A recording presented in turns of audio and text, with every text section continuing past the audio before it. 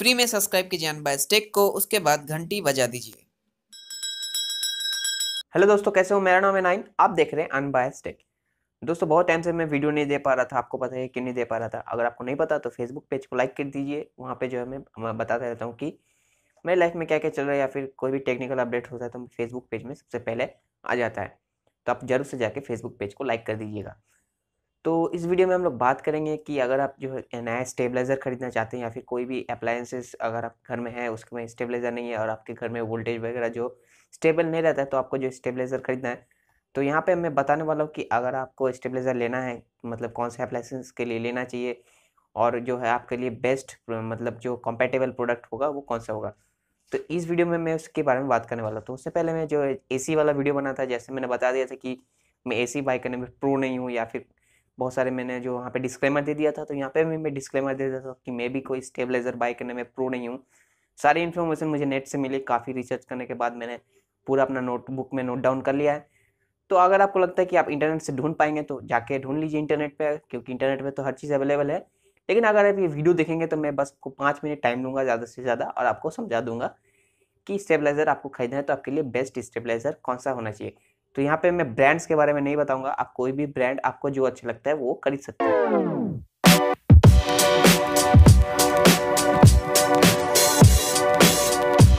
सबसे पहले मैं बताना चाहूँगा कि आपको स्टेबलाइज़र क्यों खरीदना चाहिए, या फिर आपको स्टेबलाइज़र क्यों लगाना चाहिए। देखिए, वोल्टेज जो है हमारे इंडिया में मतलब जो कि विलेज या फिर रिमोट प्लेस है, वहाँ पे जो स्टेबल नहीं रहता है, कभी अप डाउन होता रहता है, कभी कभार बहुत लो चल जाता है, कभी कभार जो है स्टेबल रहता है, कभी कभार हाई भी चल जाता है।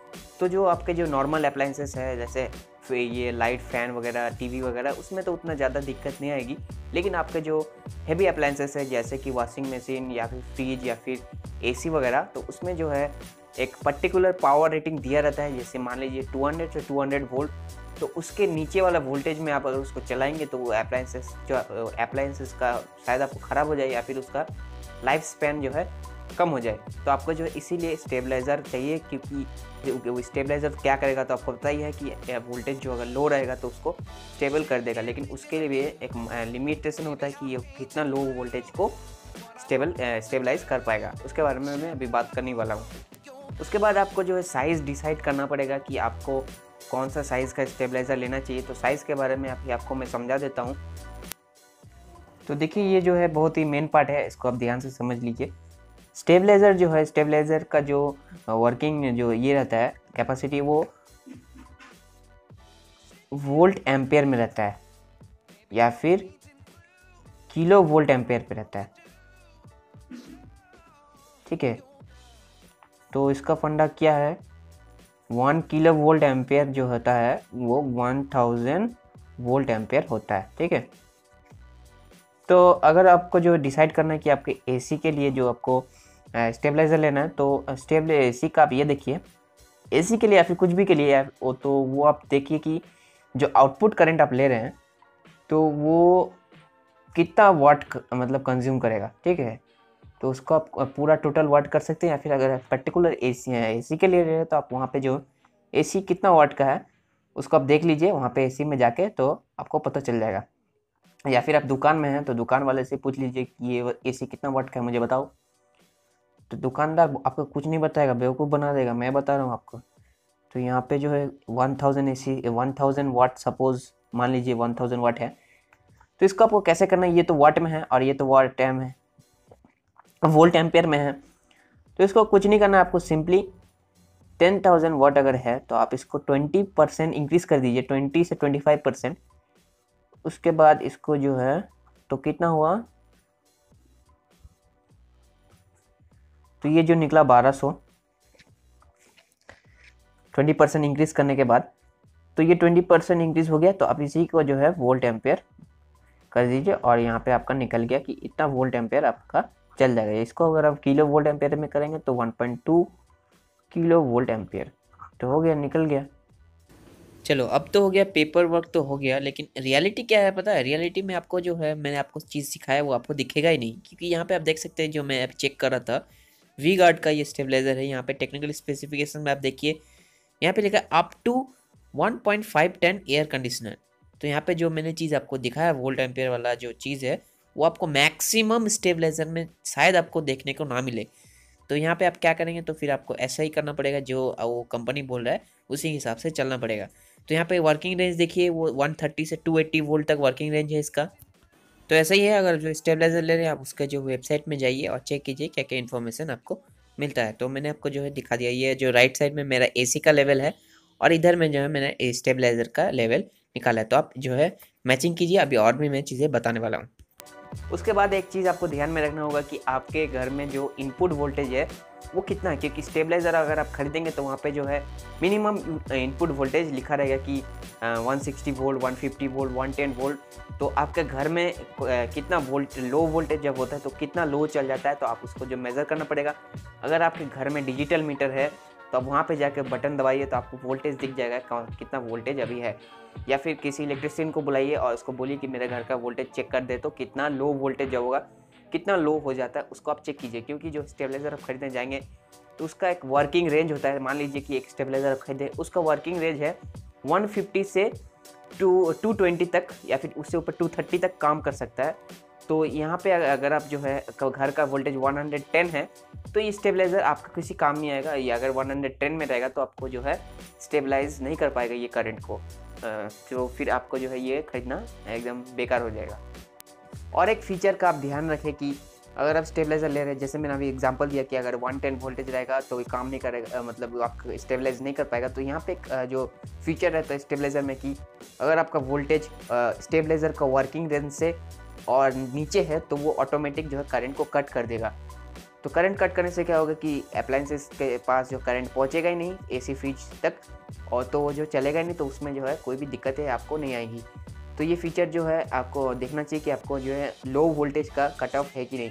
और इसमें जो है हाई वोल्टेज का भी कट ऑफ रहता है। जैसे मान लीजिए कि मैंने बताया कि अप्लायंसेस में जो है एक लो लिमिट रहता है और एक हाई लिमिट रहता है। जैसे हाई लिमिट 220 वोल्ट, मान लीजिए कि एक अप्लायंसेस का 220 वोल्ट है, तो अगर आपके घर में जो करंट उससे ऊपर आ जाता है 250 वोल्ट आ जाता है तो भी जो आपको दिक्कत हो जाएगा। तो जो आप स्टेबलाइजर लेंगे तो वो उसको भी जो है रोक देगा, हाई वोल्टेज को भी रोक देगा।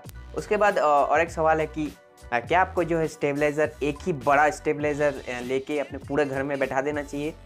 तो यहाँ पे देखिए इसका एडवांटेज भी है, डिसएडवांटेज भी है। एडवांटेज तो ये है कि आपका पूरा घर में एक स्टेबलाइज करंट मिलेगा, लेकिन डिसएडवांटेज ये है कि आप जितना आउटपुट देंगे उसका 2 से 3% इलेक्ट्रिसिटी वो कंज्यूम कर लेगा। तो स्टेबलाइजर, क्योंकि यहाँ पे स्टेबलाइजर भी जो है इलेक्ट्रिसिटी कंज्यूम करता है, उसका एफिशिएंसी के ऊपर डिपेंड करता है। मान लीजिए कि वो 98% एफिशिएंसी उसका है, तो फिर भी वो 2% electricity of total watt output जितना है, टोटल आउटपुट उसका 2% एनर्जी वो कंज्यूम कर लेगा। तो आपका इलेक्ट्रिसिटी बिल, जो कि किसी को पसंद नहीं है। और एक बात, अगर आप नया जो है रेफ्रिजरेटर या फिर जो है वॉशिंग मशीन या फिर कोई भी जो है अप्लायंसेस ले रहे हैं, तो वहाँ पे हो सकता है कि आपको जो लिखा हो कि स्टेबलाइजर फ्री जो है ऑपरेशन होता है, लेकिन आप वहाँ पे चेक कीजिए कि मिनिमम वोल्टेज वो कितना कंज्यूम करता है। तो मान लीजिए कि वहाँ पे लिखा तो है स्टेबलाइजर फ्री मार्केटिंग के लिए या फिर जो है आपका जो मन बहलाने के लिए कि लिखा है वो स्टेबलाइजर फ्री, लेकिन आप चेक कीजिएगा कि उसका मिनिमम जो वोल्टेज है वो कितना है। तो मान लीजिए कि वहाँ पे लिखा है बस 180 लो उसका वोल्टेज है और ऊपर तक 230 तक चल जाता है। तो 180 मतलब 180 तक ये सेफ़ नहीं है। अगर आप जो रूरल या फिर विलेज रिमोट एरिया में रहते हैं तो ये 180, या फिर शहरों में भी शायद वोल्टेज का अप डाउन तो होता ही होगा। तो आप वहाँ पे चेक कीजिए कि 180 है, तो मतलब आप समझ जाइए कि ये स्टेबलाइजर फ्री नहीं है, आपको स्टेबलाइजर फिर भी ज़रूरत पड़ेगा, क्योंकि 180 से भी नीचे चल जाता है करंट। तो स्टेबलाइजर फ्री है, लेकिन आप उसको प्रीफर मत कीजिए। और एक जो कैटेगरी है रेफ्रिजरेटर में, वो है इन्वर्टर टेक्नोलॉजी। आजकल के नए फ्रिज जो आ रहे हैं वो बस 110 वोल्ट में भी काम कर सकते हैं। 110 से लेके 230 वोल्ट तक इसका रेंज रहता है। तो 110 अगर उसका जो लो वोल्टेज का ये है, तो आपको स्टेबलाइजर का उतना ज़रूरत नहीं है। लेकिन आपको जो फोर्स किया जाएगा दुकानदार कब स्टेबलाइजर ले लीजिए, ये बोलेगा वो बोलेगा, लेकिन स्टेबलाइजर लेने का मैं फ्रैंक बोलूँ तो इसका कोई फ़ायदा नहीं है। अगर आप स्टेबलाइजर ले रहे तो आपको बस एक ही प्रोटेक्शन मिलेगा कि यहाँ पे जो सर्च प्रोटेक्शन रहता है कि हाई वोल्टेज, अगर बहुत हाई वोल्टेज आ जाता है तो जो स्टेबलाइजर उसको कट कर देगा। लेकिन अगर वो आपका ख़राब दिन रहेगा तो फिर आपका ख़राब दिन रहेगा, स्टेबलाइजर भी उड़ जाएगा, फ्रिज भी उड़ जाएगा। तो अगर आप कोई नया रेफ्रिजरेटर ले रहे हैं, उसका मिनिमम वोल्टेज 110 है या और ऊपर तक 2230 तक चल जाता है, तो आप स्टेबलाइजर को स्किप कर सकते हैं। तो मैंने आपको बहुत सारी इन्फॉर्मेशन दे दिया, ज़्यादा टाइम भी नहीं हुआ, ज़्यादा बड़ा भी नहीं हुआ शायद ये वीडियो, अभी कट उट करूँगा मैं। तो मुझे बस उम्मीद है कि आपको ये वीडियो ज़रूर पसंद आया होगा। अगर आपको पसंद है तो ज़रूर से लाइक कीजिएगा, अपने दोस्तों के साथ शेयर ज़रूर कीजिएगा। अगर आपको ऐसे वीडियोस पसंद आते हैं, जियो को छोड़ के कि जियो का 4GB कैप हटा लो, लाइफ टाइम के लिए फ्री कर लो, ऐसे वीडियोस से अगर हट के वीडियो चाहिए तो हमारा चैनल को ज़रूर से सब्सक्राइब कर लीजिए। तो फिलहाल अगली इस वीडियो में इतना ही। Good bye. गर्मी बहुत है।